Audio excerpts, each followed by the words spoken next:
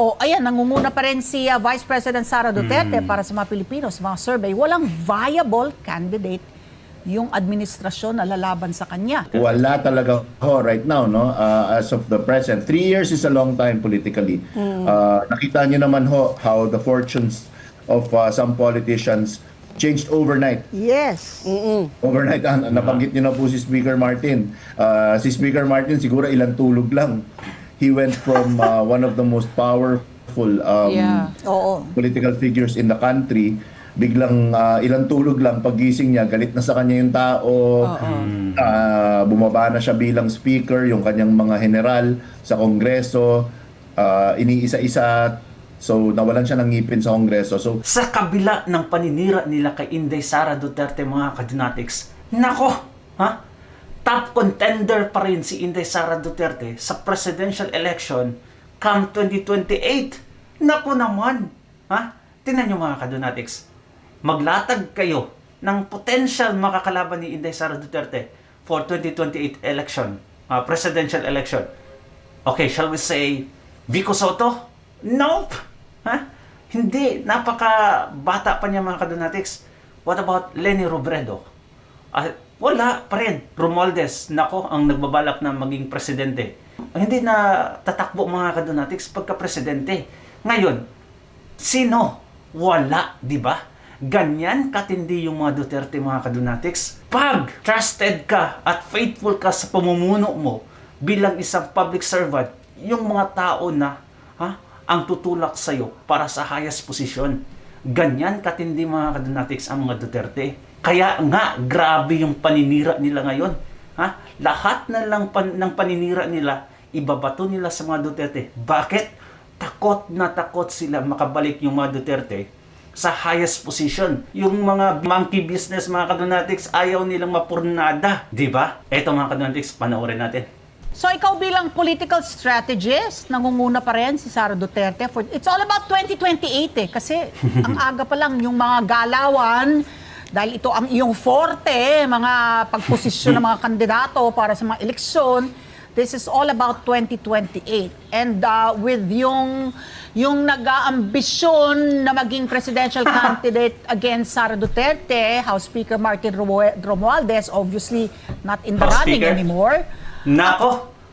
Actually, ex-speaker na and not in the running anymore. It means mga kadunatics, nako, wala na yung ambisyosong palaka. Ang sinasabi ng iba, ayan, nangunguna pa rin si Vice President Sara Duterte para sa mga Pilipino, sa mga survey. Walang viable candidate yung administrasyon na lalaban sa kanya. Nakakatuwa naman yung reaction ng journalist mga kadunatics. Sa balik natin. Viable candidate yung administrasyon na lalaban sa kanya. Parang it's a statement mga kadunatics na talagang magaling si Inday Sara Duterte. wala talaga right now, no? As of the present. 3 years is a long time politically. Nakita niyo naman how the fortunes of some politicians changed overnight. Yes. Overnight, nabanggit niyo na po si Speaker Martin. Si Speaker Martin siguro ilang tulog lang. He went from one of the most powerful Oo. political figures in the country. Biglang ilang tulog lang, paggising niya, galit na sa kanya yung tao.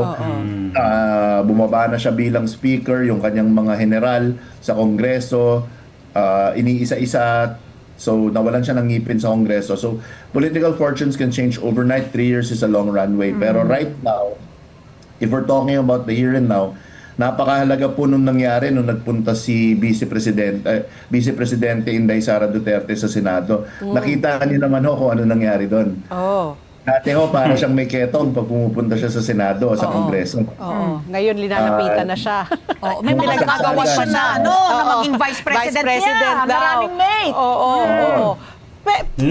Nako naman. So may mga nagpapahiwatig na mga gahamang politiko mga kadunatics na magiging running mate ni Inday Sara Duterte. Nako naman, wag niyo namang abusuhin yung power na meron si Inday Sara Duterte. Probably mga kadunatics, mas maganda at mainam talaga na tayo yung mamimili na running mate ni Inday Sara Duterte. Kaya usually talaga ang mangyayari sa Pilipinas, yung vice president at president hindi magkaisa mga kadunatics sa decision making. Bakit? Ang nangyayari is itong presidente na nalo sa ibang kulay, habang yung vice president naman mga kadunatics, another color na naman. It means naghahalo-halo yung political perspective nila. Kaya it's time for us mga kadunatics na piliin talaga natin yung tamang running mate ni Inday Sara Duterte na ipupush forward siya, hindi hihilain pababa mga kadunatics kung nasa pwesto na. Di ba ka Tatay Digong, si Leni Robredo ay talagang kontra sila. Ngayon, di ba? Napaka-importante ang isang vice president mga kadunatics. Kaya wag na sana tayong magpapauto mga kadunatics, please lang, okay? Kung tatakbo si Mayor Vico Soto bilang vice president, I think pwede naman siyang makatakbo mga kadunatics aside sa pagka-presidente. Dapat mga kadunatics, dapat mag-isip tayo kung iboto natin. Maganda talaga magiging vice president si Bongo, si Marcoleta. Yun mga kadunatics, talagang alam yung solid talaga yung suporta sa kay Inday Sara Duterte kahit anong mangyari. Nung first 3 years ng administrasyong Marcos Jr., para siyang may ketong tuwing pupunta siya sa legislatura. Ngayon, Grabe, no? nagpipilahan, Posturing na. Oo, posturing talagang na. lahat gusto magpa-picture, kulang na lang sabitan ng sampagita. Yeah. So this is the writing is on the wall. Yeah. Pero Alan, ito pa no, before we run out of time, what happens no, the state of health of former President Rodrigo Duterte is in question. Some are saying na he's getting weak, in fact he's parang may dementia or whatever. Although may mga nagsasabi okay naman for an 80-year-old. Worst case scenario, kung may mangyari sa presidente former president between now and 2028, is that going to be advantageous to Sara, or is that going to weaken the stronghold of the Dutertes?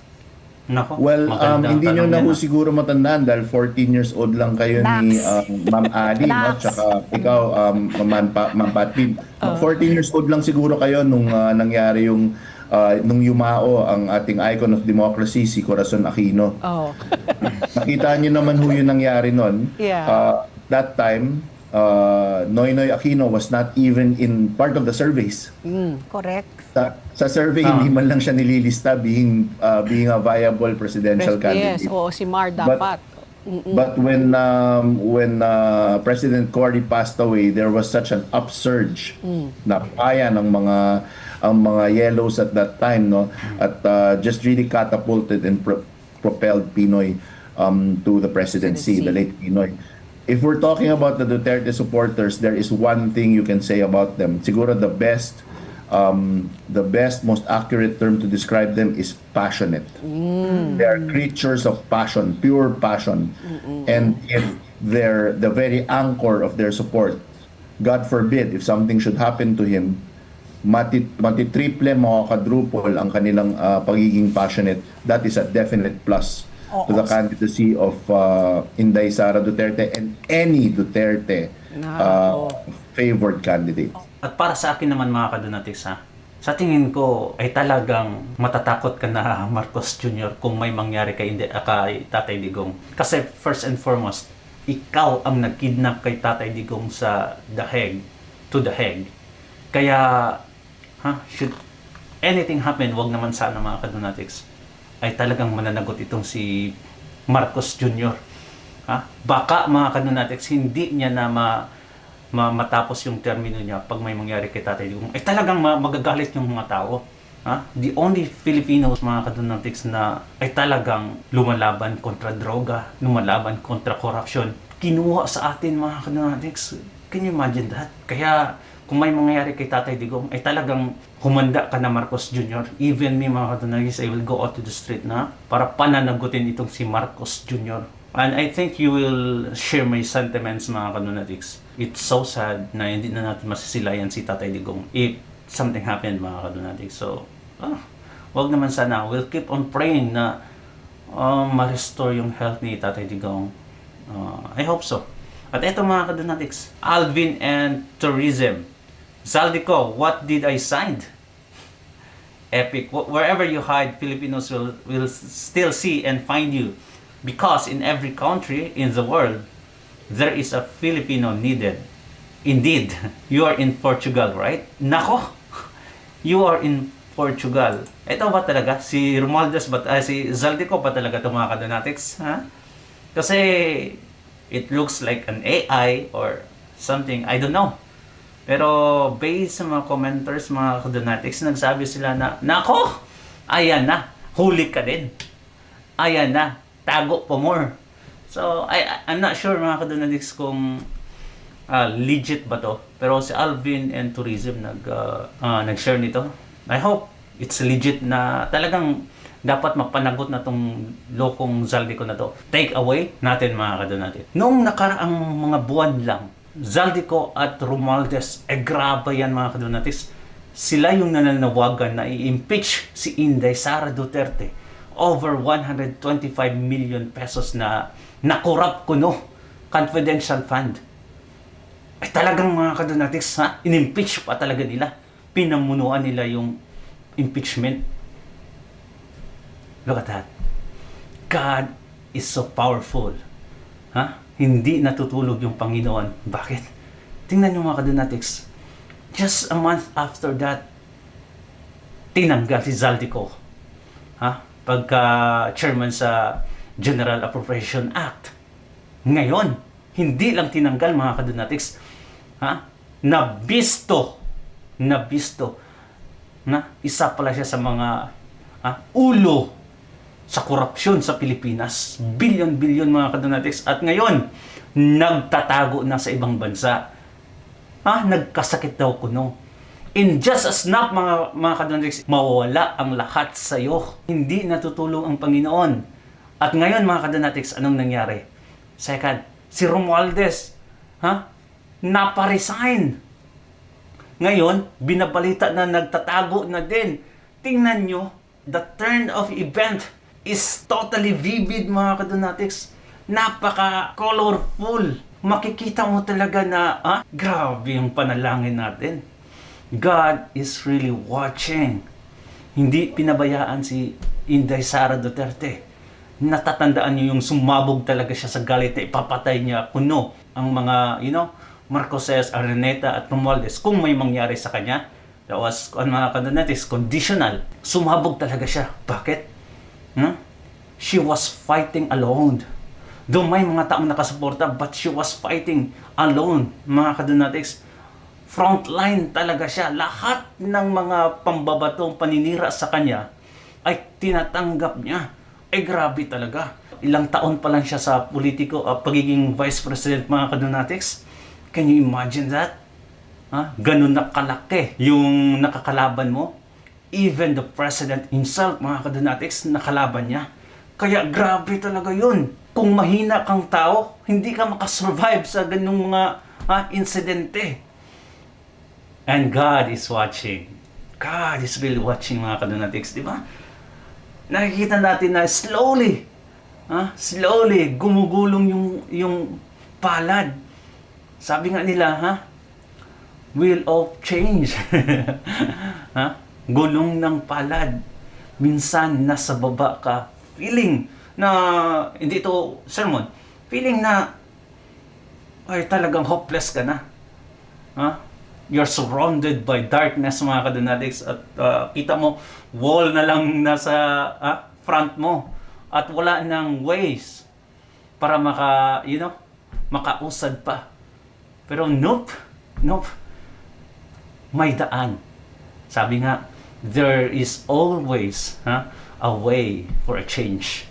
At eto, ang ganda lang mga kadonatics, na-realize ko yan na slowly, yung mga opposition, yung mga detractors ng mga Duterte, ay talagang mga kadonatics ngayon ay na kung hindi man na nagtatago mga kadonatics ay may takot na sa kanilang mga puso.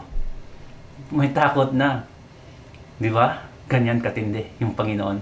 Ganyan katindi. So nice lang, di ba? And yeah, Comment down below mga kadonatics. I would really love to read your comments down below. And I'm gonna heart it. And please, don't forget to subscribe and like this video. God bless you mga kadonatics. Ingat palagi. Mabuhay mo Duterte. Bye-bye.